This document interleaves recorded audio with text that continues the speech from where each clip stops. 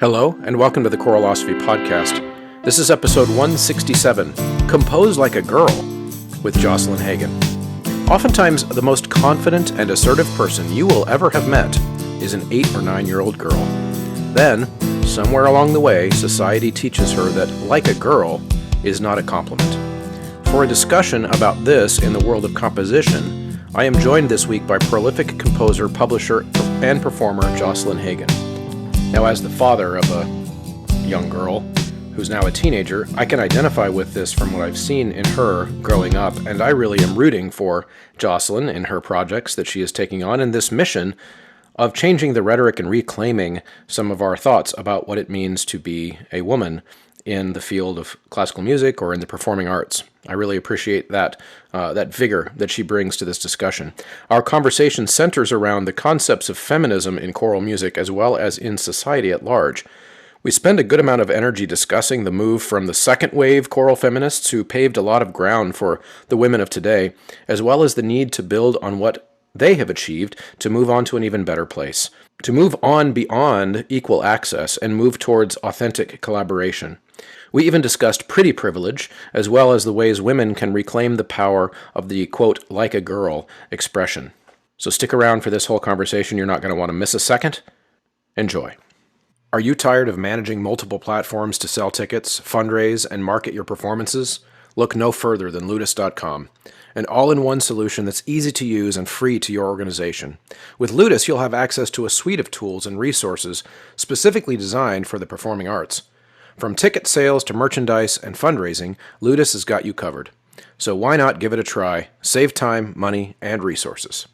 Choralosophy listeners can go to ludus.com/choralosophy for an upgrade for free to their marketing suite. The Choralosophy podcast continues to be free, and I'm working hard every week to provide this free content, but some of you, many of you, have decided, hey, I want to chip in financially to help make sure that the expenses of this show are covered, and just to say thank you to Chris for doing all of this stuff. If that's you, you can go to patreon.com/choralosophy and sign up for as little as $3 a month. There are, of course, various levels that you can join, and at the producer or above level, we have Brian Long, Chandler Smith, Venture Studios, John Warner, Jonah Clixbull, Ulrika Igrain Munoz Alarcon, Angie Schilling, David Kowalczyk, James Mock, Jared Hendricks, Kyle Peterson, Max Jackson, Michael Herron, Nathan Hines, Ryan Main, and Stephen Kathy Kikachik. Head to patreon.com/choralosophy and join the crowd. All right, everybody. I am here with Jocelyn Hagen, and Jocelyn is back, one of my original Choralosophy guests from when the show was first starting and no one was listening. So, Jocelyn, welcome to the Choralosophy podcast again. Thanks for coming. Thanks. It's a delight to be back. I'm really excited to chat with you. I know you've been up to some exciting new things, and of course, most of my audience would already know that you write music, but there are other sides to who you are and what you do. And so why don't you just kind of give everybody a rundown? Like, who is Jocelyn Hagen? What do you do every day? Kind of what's your journey in life? Yeah. Well, I think when I describe myself, I do always put composer first. Mm-hmm. But then another part of me that's been more active lately is performer. I've been performing with my husband, Tim Takash, as Nation. That's been happening for a while now. We've been performing. We've done a few ACDA conventions and things like that, as well as little shows in different places. But the main big thing that has been new to my world in the past couple of years, really since the pandemic started, is that I decided to begin this Compose Like a Girl initiative. And with that, I launched a podcast and a choral series, and I've begun mentoring women composers from around the world via Zoom. That's awesome. That's exciting. So we're going to get into that in just a second. I'm also interested in hearing a little bit more about this before we get to that, this performance stuff that you're doing, because that's interesting to me, because when a composer decides to put down the pen, so to speak, and pick up the piano or start singing or whatever it is that all the different mediums that you're involved in, that can take their art and their relationship with their art in very different directions. Talk to us about what that's been like, and how would you describe a Nation performance? Yeah, well, I felt like there was something still kind of missing in my life. And you get to a point in your career where it's kind of a bit of a daily grind, right? You do a lot of the Mhm. same things over and over. And for both Tim and me, Nation is like a musical sandbox. Mm. It lets us try all these new things. It was an experiment, like so many of our endeavors are, just like our publishing company. I guess I didn't mention the publishing company earlier, but yeah, so it started because we had a hole in a program. I had a violist cancel on me last minute, and I had 10 minutes of a concert to fill. And I looked at Tim and I said, "Well, hey, do you want to try arranging those pop songs? That thing we always say we're going to do and we never do?" And he said, "Sure, let's do it." So it was really, a solution to a to a problem at first, but we did two arrangements. I think it was Bruce Springsteen's Downbound Train, and what was the other one that we started off with? Fast Car, maybe, by Tracy Chapman. Oh, yeah. Yeah, and we performed them for this little recital, and my dancer friend, Penelope Free, came up to me and said, "Oh, those are so beautiful. I want to dance to those." So actually, Nation's first big gig was a dance show in which we were. It was a very intimate space with a bunch of um, different quantities of dancers, but on the stage with us. And so we moved around and interacted with them a bit. And it was a really cool thing that we did. So, and since then it's just been something that we've wanted to continue to pick up and play with. So yeah, it Yeah. encompasses different kinds of Huh. things. That's interesting. It's of course it's you're scratching an itch that your strictly choral, the compositions that live in the choral landscape, the choral world, don't really scratch for you. That was that a fair description? Yeah, yeah. Well, and I started off as a singer-songwriter. Hmm. So it felt good to go back to that. Yeah, that's really great. That's really great. In fact, this is kind of not on our list of topics, but if I'm just going to put you on the spot with a question here, as a singer songwriter and who also thinks in the choral language, right? Um, do you ever find that like trying to adapt songs that are written for kind of a singer songwriter? I'm just thinking of the stereotype, right? I'm Taylor Swift playing my guitar on stage or whatever, and then somebody tries to adapt it for choir. That there's nothing wrong with that, but that something is very important is lost when we make that medium. I don't know if is that a weird observation? I've always felt that way, and I just want to know what you think. No, I think that part of what we connect to with singer-songwriters is the individuality of Hmm. that singer-songwriter's voice. So, and because in that kind of singing style, it is also very individual. It's very much about how you sound. They're not trying to sound like anybody else usually.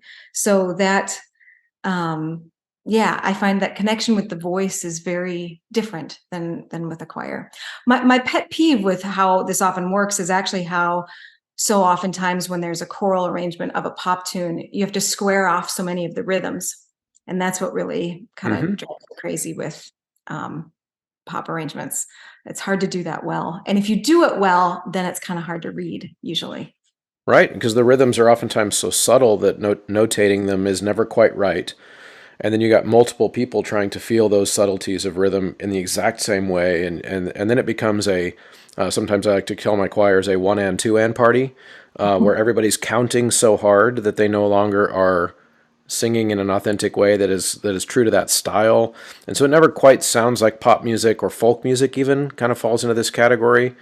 And so trying to, it's like a round peg square hole sometimes with choir. And that you mentioned the fast car song as a good example. Of course, there was a big controversy with that song recently. I don't know if you did you keep track of that at all?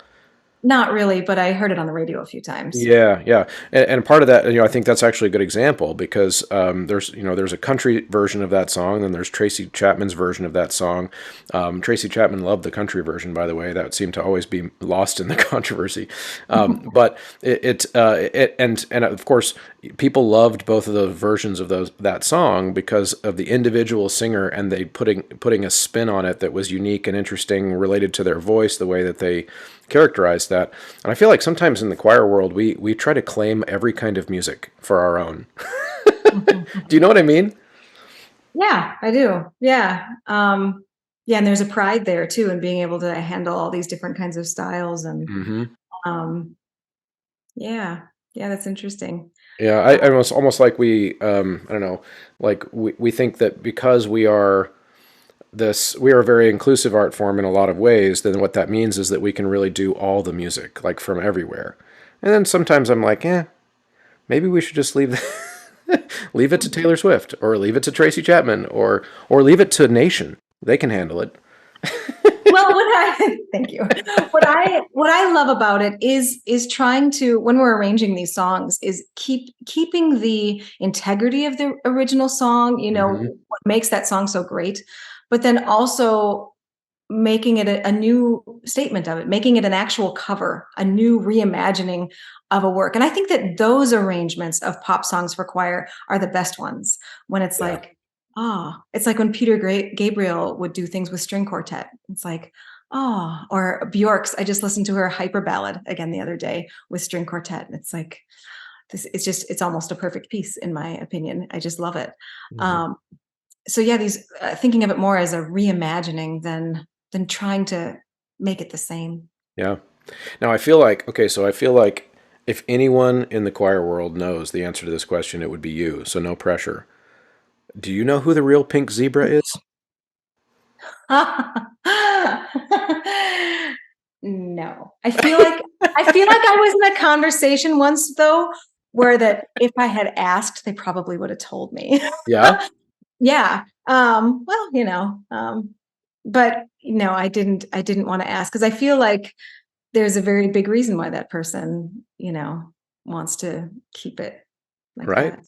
We don't, Um, some people just don't want to reveal that they're a choir nerd. I think that's what that is. mm, yeah, or it's like Sia, who doesn't want people to see her face. It's Uh-huh. just, Yeah. yeah, just keeping a little bit of mystery. It's not a bad thing. That's great. That's great. Okay, so let's talk about Compose Like a Girl. Tell us about this project. Where did the idea come from, and what came first? Was it the publishing choral series idea, or was the podcast the first idea? Or so give us kind of the genesis of this.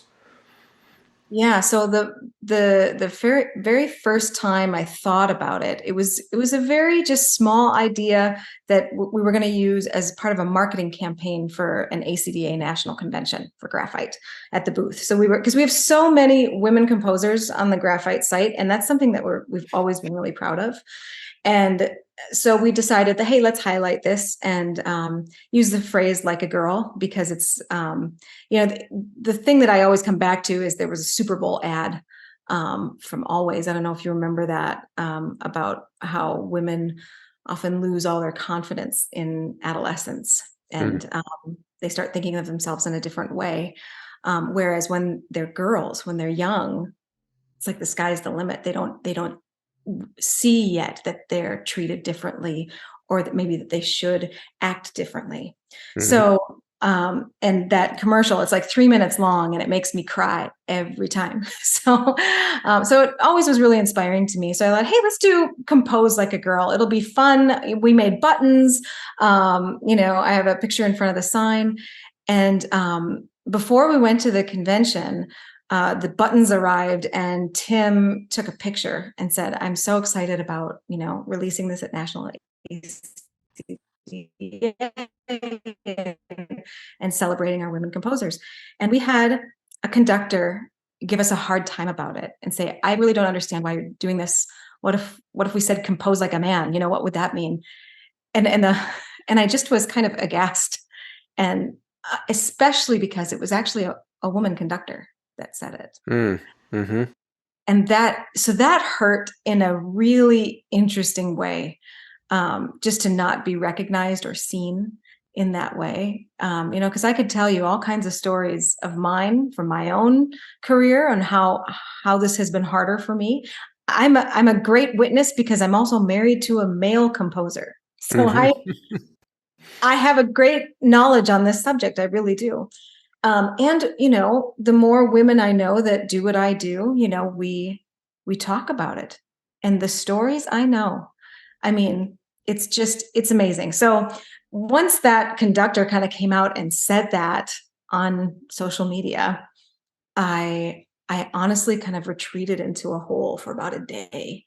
Mm. Um, and just kind of thought, wow, I thought this was like a fun thing. This was never meant to be like some big statement or something serious, but the fact that it riled you up and made you feel the need to say those things makes me feel like I got to fight back. Yeah. And so I said, well, what's the best way to do that? Um, and so then this idea for the podcast and for the choral series, it was slow over time that I developed those ideas. And I think it was 2017 when the marketing campaign was that ACDA conference in Yeah. Minneapolis. Hmm. I remember that. Yeah. I remember you Yeah. guys doing that. Hmm. So it took 3 years until 2020.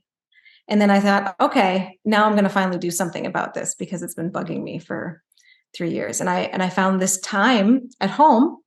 So I just started reaching out and telling other people to send me, if you have a woman composer that you think could use a little help or mentorship, send them my way.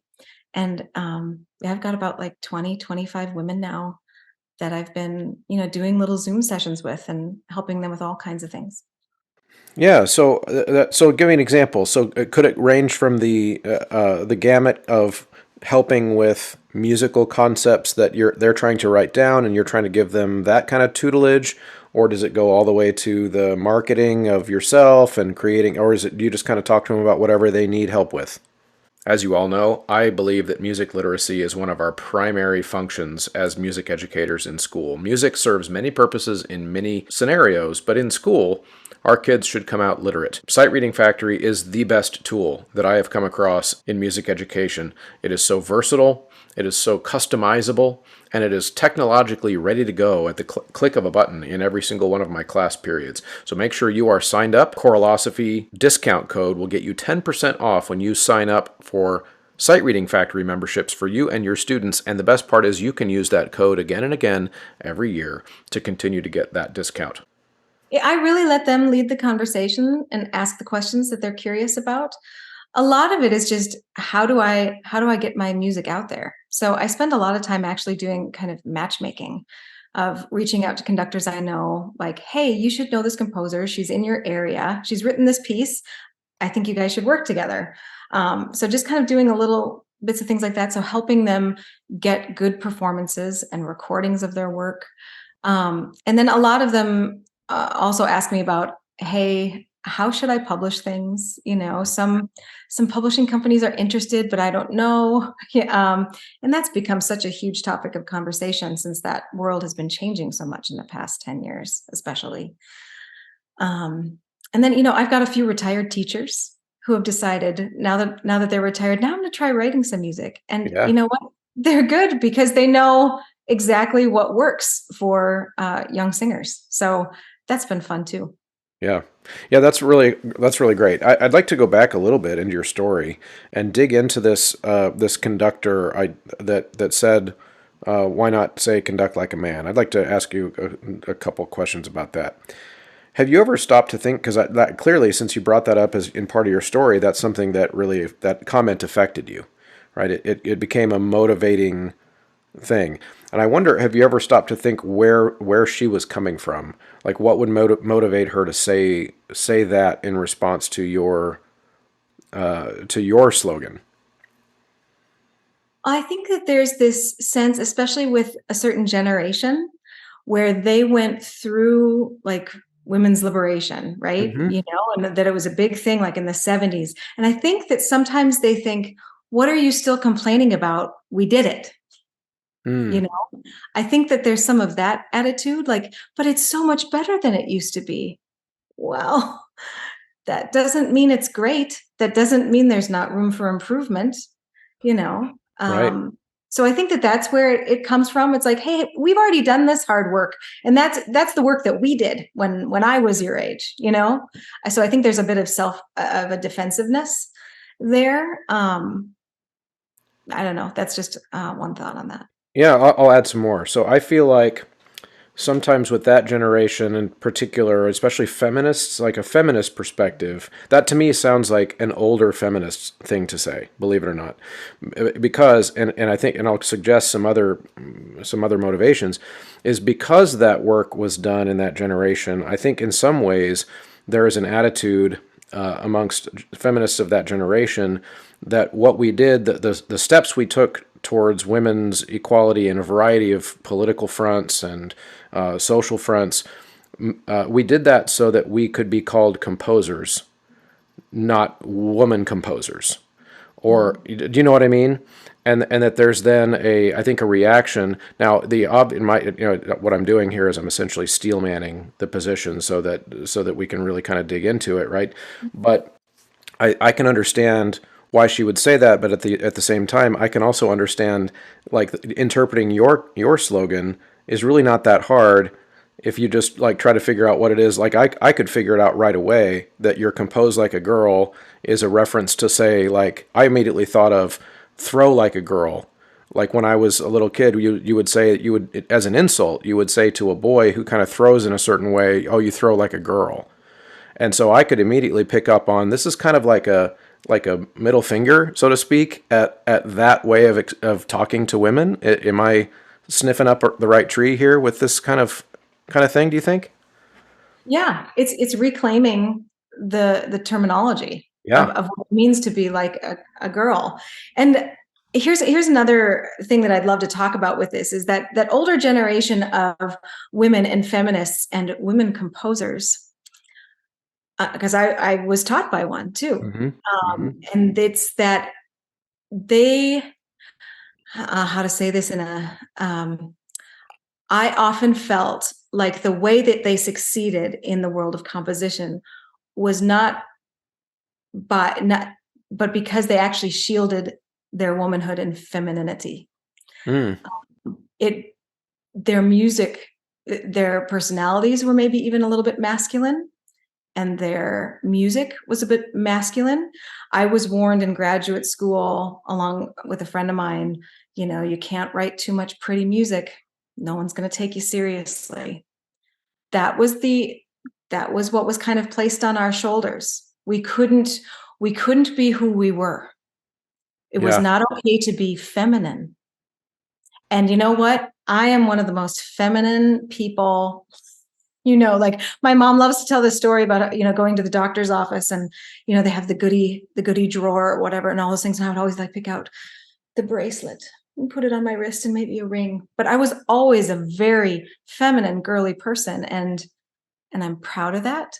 And I don't think that I should have to hide it or try to be someone else. I don't think that leads to authentic art. Mm-hmm. Yeah, I see what you're saying. The idea that yes, we can work towards a world, or we've gotten to this world where the woman can be the composer as long as they act like a man, and they can be welcome in that space as long as they're socially signaling the right types of behaviors. But then it may or may not be that person is actually kind of naturally more feminine or masculine characteristics. It could be that they're actually putting on a mask to fit into the boys' club. Is that kind of what you're suggesting? Yes. Yeah, Yes. yeah, that totally makes sense. And it's interesting because I think we're going through similar types of growing pains in 2023 as it relates to a variety of kind of fronts of growth towards more equitable and equal types of landscapes within not just art but within society in general. It's finding a balance for, am I welcome in this space as I am, or am I welcome in this space as long as I adhere to the rules that are already in the space? Which, Mhm. and I don't know that there's always a perfect answer to that, because life on the planet with 8 billion people is a negotiation. We can't really just walk into a room and just let our freak flag fly all the time. Sometimes we have to, I negotiate with you. I'm going to behave a certain way that makes you feel comfortable, and then you behave a certain way that makes me feel comfortable, and then we become friends and become more authentic with each other as time goes on. It's an interesting thing, but I'm wondering too is like if you could share, if you'd be willing to share some examples of where, yeah, even in your own life, your kind of authentic femininity Has it ever been a detriment to you? And are you able to share that, or have you ever found it to be an advantage to you in your professional life? That is a very tough question Mm-hmm. because being a woman is so often tied up with how beautiful we are. Mm. It's hard to, because I would be lying if I said that I don't think that there were some gigs I got when I was young were because I was pretty. Mm. Not because maybe they really cared all that much if my music was that good, but, "Oh, yeah, I'll work with her." Yeah. Oh yeah. Yeah. That's pretty privilege is a real thing. Mhm. So that's a hard question to answer, and, um, because it's hard to know how we are seen or how people are really seeing us for who they are, and I think that, um, in my 20s and even 30s to an extent, I didn't always think about that or wonder, or at that point I was just, I was a very typical girl. Oh, I'm just so grateful for the opportunity. Thank you for giving me this opportunity, Mm-hmm. right? Which is a Mm-hmm. very woman thing to do, right? So I there's a lot wound up in that question. I don't know if I'm answering it. No, it's fine. We don't really do politically correct here at Choralosophy. So yeah, this is we're digging we're digging into those things. I'll share one, of course, on behalf of my wife, because my wife is a very pretty woman as well, and this is something that she and I have talked about a lot, because the pretty privilege thing can cut. It's like a double-edged sword. It can cut different ways. It can provide you the opportunity, but it can also make she has shared with me that it makes her feel very sensitive to whether or not she's being valued for her expertise professionally. And almost to the point where we've had conversations in our life where I will make a compliment to her that she looks beautiful because she's my romantic partner, and I want to be able to tell her that she's beautiful. But at the same time, she's like, I hear that all the time. I don't need to hear that. I want you to tell me that I'm smart and that I'm a good voice teacher and that I'm a wonderful singer and I'm a good musician. Like, to her, that's almost more romantic than me telling her she looks great in that dress, or that her hair looks good, or those types of things. And again, these would be things that would fall into a category of, as a man, I just don't have to think about these things. Like, these are typically not something that I would ever think about. In a professional space, I would never really wonder, did I get this gig because of how I look? You know what I mean? Yeah. Where Yeah. that's something that we do kind of have to deal with. And it's one of those things where I kind of realized after the fact, like, huh, I wonder why this all happened this way, you Yeah. know? Yeah, and I Mhm. think I don't know. What do you think about the idea that part of that is just the male tendency to be more visual than women on average, of course. I don't know. I feel like we're all increasingly more visual, thinking about how we interact with screens, Yeah, and technology. how Yeah, everything's got a visual. I mean, gosh, I'm making music with visuals, yeah, so I get it. It's very pleasing to see things that are beautiful and engaging and thought provoking, and and I think we'd be lying to ourselves if we said that that wasn't important in our image and how we project ourselves into the world and our brand and how we lead people to our work. yeah. No, you're right, and we kind of touched at this earlier, and I want to know what you think. We had started talking about the idea of progress for women's equality in this case, in the case of this conversation, thinking about gender equity and gender equality in choral music. And we talked about certain things have improved, and then you alluded to, well, maybe has it or has it not? How would you frame that if someone were to, maybe from the generation of your teacher, or maybe from this lady that made the comment about your slogan? Would you say that on net it's better now to be a woman composer than it was 30 years ago? Or are we talking, like, if you were to kind of quantify it in some way, are things moving in the right direction, or not? How would you answer that? Oh, things are definitely moving in the right direction. Yeah, Mm-hmm. things are much better. Yeah. But that still being said, there's still a long way to go. Mm-hmm. I think like I was privy to some information about a big conference coming up, and you're really excited about these people bringing in, and you look across, and there's like, yeah, no women conductors, no music by women.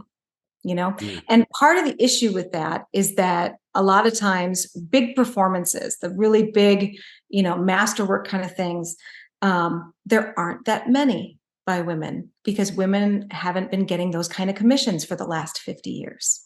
Mm-hmm. So Yeah. there's there so that's why part of my mission as a composer in the last uh, 10 years really has been, okay, I need to write more major works so that it can be the bulk of a program. And I also needed to figure out how to make that happen, which is why the Notebooks of Leonardo da Vinci was a consortium. It was the only way that I could get a commission of that size. Yeah. Yeah, and that's an interesting point because what you're describing is kind of like there's a bias in the sample already with the body of repertoire that's out there. And what I, of course, from a data perspective, if I'm a data nerd, if I say there's bias in the sample, I'm not saying that necessarily the people choosing the repertoire are biased, but there's a bias in the sample in that there aren't very many to choose from in the first place. And so if you're just taking a broad look at the repertoire and choosing from what's there, you're going to include a whole lot less women unless you do something like you just described, which is to make an intentional creation project to add to the repertoire. And so you said that there's, as you answered a second ago, there's more that can still be done. How would you like? What is that more? What should we be doing if you could be queen of choir world for, a year and make everything that you would want to see happen in this landscape? What would you start? What would start to happen if you could wave your magic wand? Well, I would just infuse it with money because Well, there's that. um, money would help solve the problem. So because that's so much of it too. It's like, well, yeah, I could organize a performance of a 45-minute work that I could write, but I probably have to do it for a very low fee Hmm. unless something magical happen. And that's the thing, is that the kind of money that it takes to commission large works of art is just, it's hard to come by these days. Almost everything that I do that's large work is consortium based. If I want to hit a number in order to, get a good commission fee for it.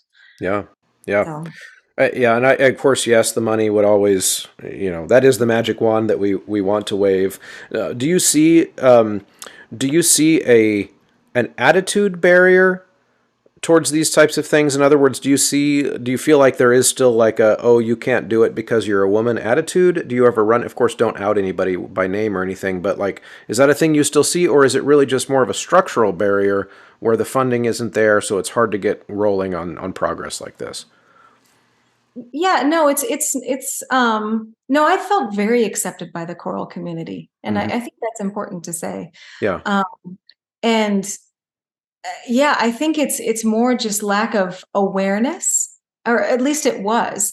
And just this not recognizing that it was a problem at all, and as a younger composer, I didn't ever want to talk about it. There was like this period of like 15 years where nobody talked about it, in my life anyway. And now we're just kind of done not talking about it. We're opening up, we're sharing, and we're finding lots of commonalities. And where I've seen the hole is that there isn't a structure for mentorship. And that's why this has become so important to me. I want to help that next generation because I didn't have that in Yeah. that way. Yeah. Yeah, and of course with your new project, your Compose Like a Girl project, you've got these one-on-one opportunities to mentor and hopefully build some of that infrastructure through kind of these one-on-one relationships. But then, of course, you're also doing the podcast. So let's talk about that. What have you already got out there? What can people go check out, and what are your goals for that? What are you hoping to achieve?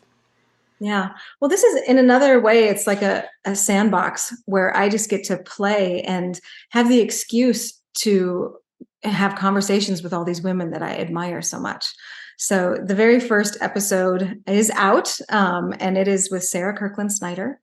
And I really connected with her music and her artistry in my 20s. She's not a whole lot older than me, but she was writing music that I found very exciting. And so I've always wanted to have a longer conversation with her about it. So, I get the excuse to call her up and chat for an hour.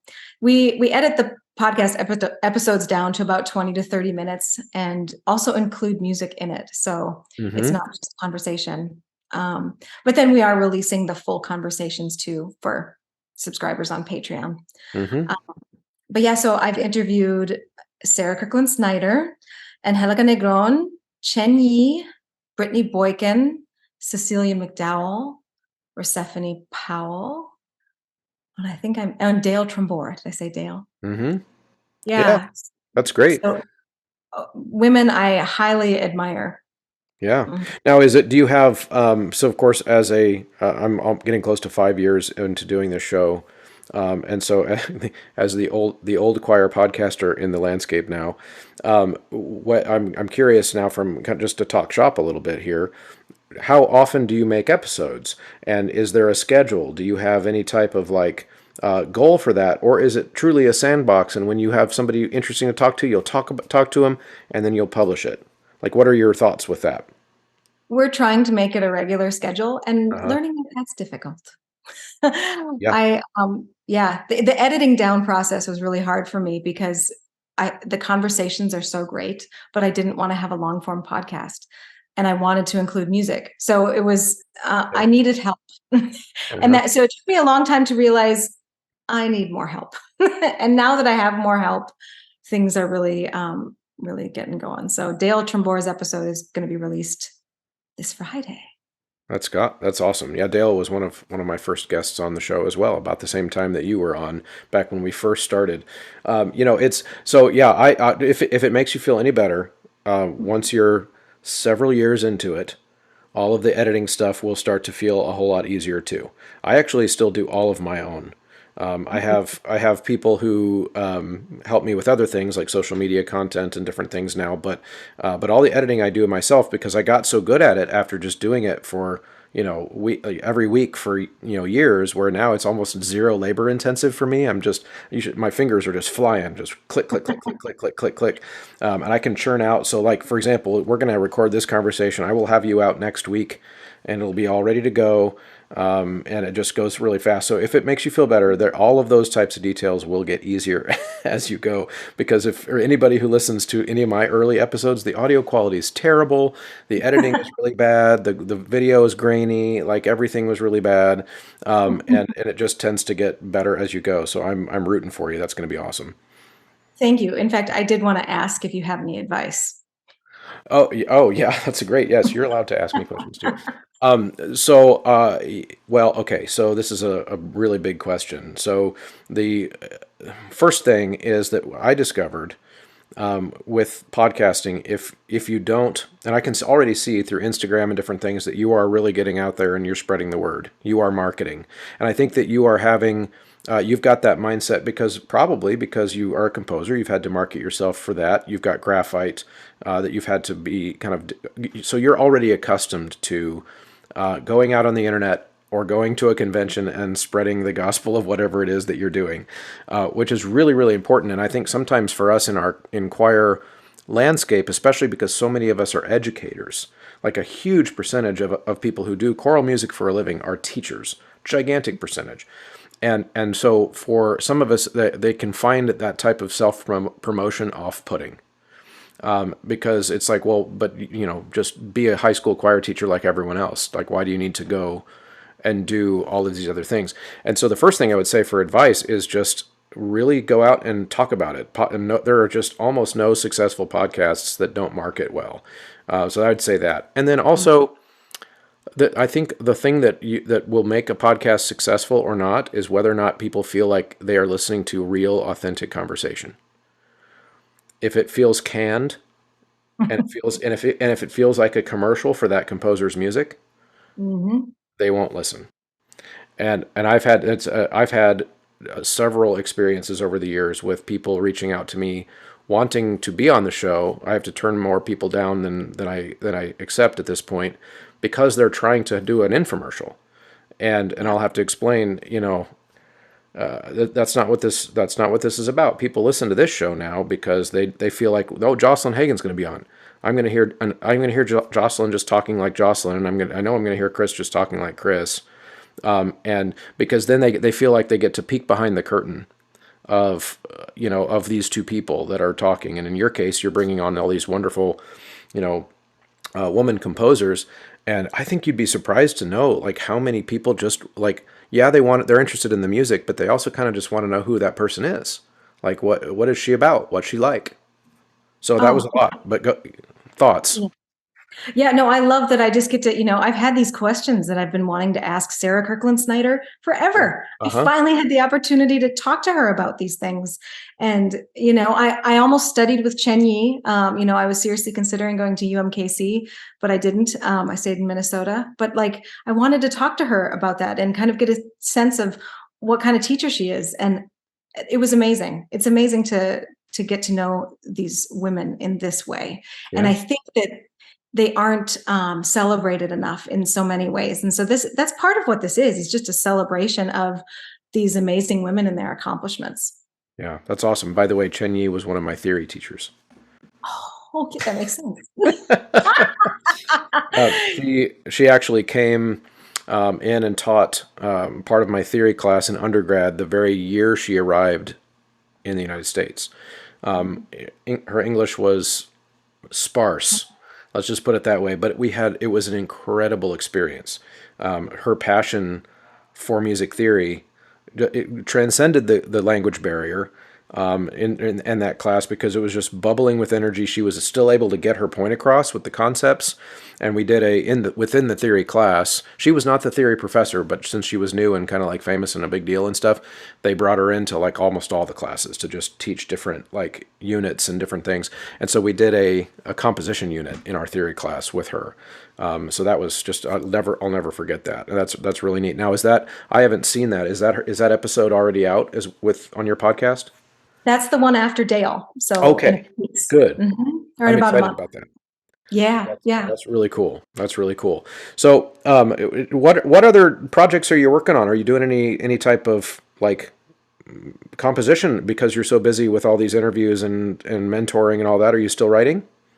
Yeah. I have a piece that I'm working on right now that I think is just very mm, of the moment. Uh huh. Thinking about how divided we are in terms of our country, and I'm just dreading the next year of what goes on in the United States. But anyway, I was asked to do this mosaic mass for Voces 8 with a number of other composers, and Cool. they stuck me with the credo. Now, I have always avoided writing a credo for many reasons. Yeah. It's very long.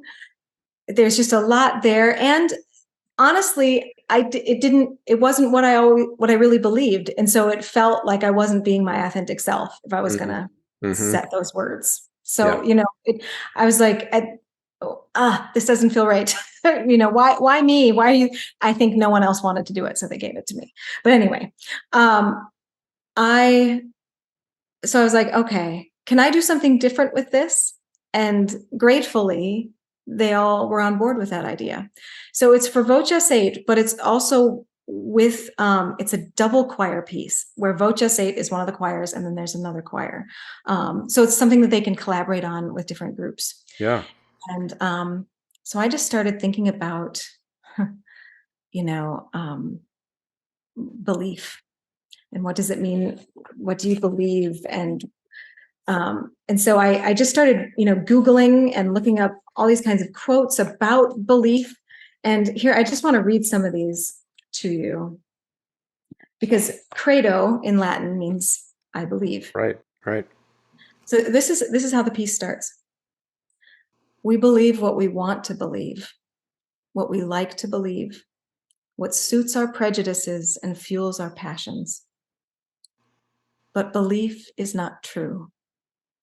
Beliefs aspire to truth, but they do not entail it. The moment we want to believe something, we suddenly see all the arguments for it and become blind to the arguments against it. Belief essentially means you are assuming something you do not know. Hmm. Who wrote the words? They're all different. So those were quotes Oh, by many different people that I created. I created my own credo. got it. So you gathered all those. You chose those collections of text. Mhm. That's wonderful. Yeah, that's wonderful because you're right. That is very much of the now. I have done episodes about that very thing in the last Mhm. 2 months. Yep. So Yep. yeah, it is very now. And it's interesting. So will you use any of the text of the Latin credo sprinkled in there, or is it just those words? No, but the climax is going to get to a more hopeful place. And so some of the quotes here are: an open heart is an open mind. Love is the absence of judgment. I believe in memories and the weight and beauty they carry. So things like that. Mm-hmm. So we'll kind of, so there will be statements of I believe, but Yeah. more broad. Right. Yeah. Yeah. So kind of a non-denominational, non-religiously specific belief statement, kind of like a what do they Mhm. call like at businesses when they have those the mission statement. It's kind of like a mission statement, but for a choir. Yeah. So wait, now here's the big question. Is it too much? To, I believe and believe. Well, yeah, Right? yeah. Do we believe in the do we believe in the need to believe in things? And that's an interesting question because, of course, that could spin you right back to where you started, which is that I've got these confirmation biases that because I believe and then I identify with my beliefs, and I think that's where we get into most trouble. Is that it's okay to believe things and it's okay to hold convictions. It's when we start to believe that our beliefs are us.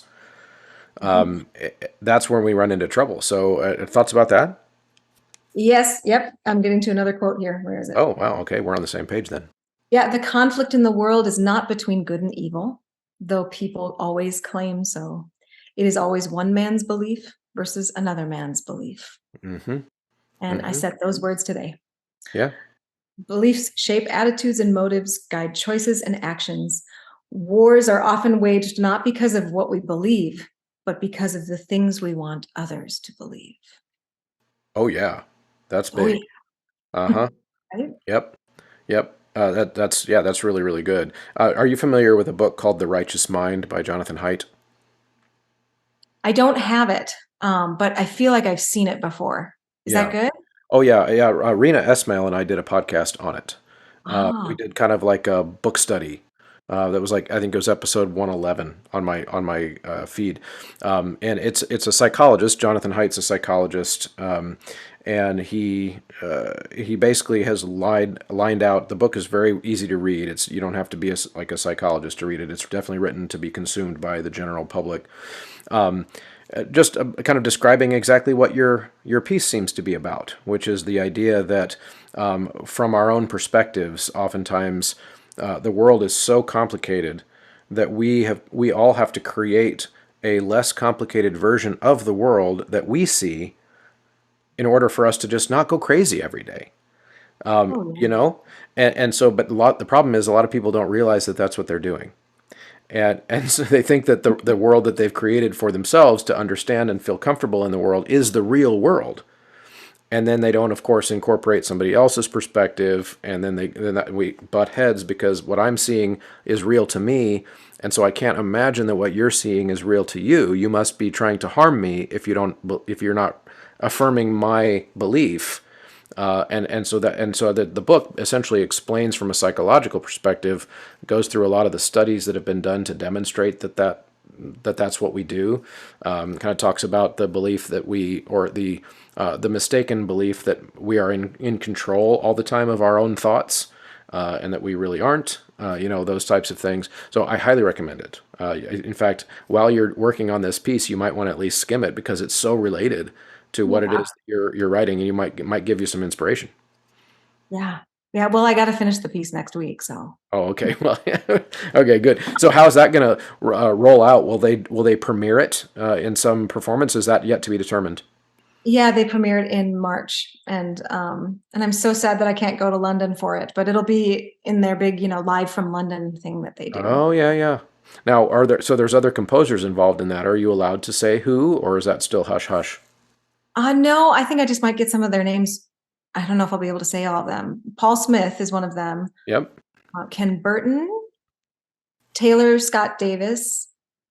Um, who else is there? Yeah, no, it's been a while since I've looked at it. I think I'm the only woman of the That's six. exciting. You can come show them how it means to be composing like a girl. That's right. Kicking butt, taking names, not afraid to say it like it is. Yeah, yeah, that's great. That's great. Do you have any idea yet? Like, are the other pieces of this kind of pastiche mass, will they include the actual language of the mass, and then you're going to be the rebel in the middle with the credo, or do they not? Have you not talked to each other about what's going on with all the other ones? We haven't really talked much. I know that we've talked about how much freedom we can have, and they've Hmm. given us freedom. So I'm hoping that the other ones color outside the box too. Yeah, I'm excited to hear it. That's going to be really, really, really cool. Um, Jocelyn, this has been so much fun. What are some things burning on your mind on the way out that I have not let you talk about yet? Is there anything else? Well, I do have my very first professional recording out of a large scale work, and that's a mass. And that was done with Eugene Rogers at the University of Michigan. And I'm so proud of that. That's one of the things as a woman, I feel like it's been very hard for me to get my work recorded. Mm, Um, and so to get this finally recorded, because the piece is 12 years old. It was premiered in 2011. So it was a long time coming, and the recording is absolutely beautiful. So please check it out. A Mass from Navona Records. that's awesome. Now, did you leave the credo out of that as well? I chose a poem instead. It's Okay. called yeah, it's called Where All Are Welcome, and Yeah, well, that's don't feel bad. I typically also leave the credo out as a conductor when I'm programming. If I can skip the credo in any context, I will, because it's not even that I actually don't have issues with because I don't believe every aspect of it. That doesn't. I always say that, like, whenever I'm in a room, I'm probably more religious than someone in the room, and probably less religious than someone else in the room. But to me, it's that it's so wordy that Mhm. oftentimes the audiences can't connect with it. It's so I always think of it from conductor's perspective. I'll skip it because I don't want to put my audience through that. Mhm. Is Yeah. is that lame? No, I think that is common. Yeah. Okay. All Which is right. also why it's like, oh, you're giving me the credo, the thing that people often skip. Yeah. Right. Right. You get the leftovers, but it sounds like you're going to turn it into something really really memorable, which is ultimately like the biggest win. If they give you the leftovers and you really knock it out of the park, then that's the biggest win. I hope so. We we're all we're all voting for that. That's going to be great. Uh-huh. That's going to Yeah. be great. Well, Jocelyn, thank you so much for your time. This has been really fun. On the way out, why don't you give us the rundown of where do we find all of your stuff? Give us like kind of the business card, the audio business card. Yes. Well, the podcast is out. You can find it anywhere you get your podcasts. We have it up through Podbean. I don't know if that's what you use too, but yeah. So there's an introductory little trailer out, plus the Sarah Kirkland Snyder episode, and Dale Trembour's episode will be out at the end of this week. Chen Yi is after that. You can always go to my website, jocelynhagen.com, for more information. You can also find out more information about the Notebooks of Leonardo da Vinci, or A Mass, or my other multimedia symphony, Here I Am, all in those places as well. And I'm on Facebook and Instagram. Yeah. And of course, there's graphite. And yes, Graphite Publishing. Thank you very You much. got You got to go to graphite. Of course, I still tell people that they need to go on a regular basis, so they should head to Graphite Publishing. Yeah, that's awesome. That's very cool, Jocelyn. Thank you so much, and we will be in touch, and we'll get this episode out, and hopefully send some folks your way to take part in your conversations. That'd be awesome. I would love that. Thank you for this conversation and for asking such wonderful, insightful questions. Okay, appreciate it. Thank you, as always, for sticking around to the end of an episode. You are the true choralosophers and the VIPs if you are still listening here at the end. So if you would, please do me a few favors. Use the Choralosophy checkout code whenever you can. So that is mymusicfolders.com, sightreadingfactory.com. That is over at graphitepublishing.com, as you just heard us discuss, obviously, obvi, as the kids are saying. And then, of course, endeavormusicpublishing.com, which is Ryan Main's new, more expanded version of his website. All of those will take the Choralosophy checkout code and give you a discount. You can also, of course, go within the show notes of this page to choralosophy.com/voce-vista to get the Voce Vista Soundwave Analyzer for your classroom. And of course, the best way possible that you can help is join Patreon. Patreon.com/choralosophy. $3 a month is all it takes to get you in there. And of course, just the basic stuff, like, share, leave comments, all the ways that you can help spread the message about this show help me a lot and make sure that I can keep doing it forever. Thanks, everybody. We'll see you next time.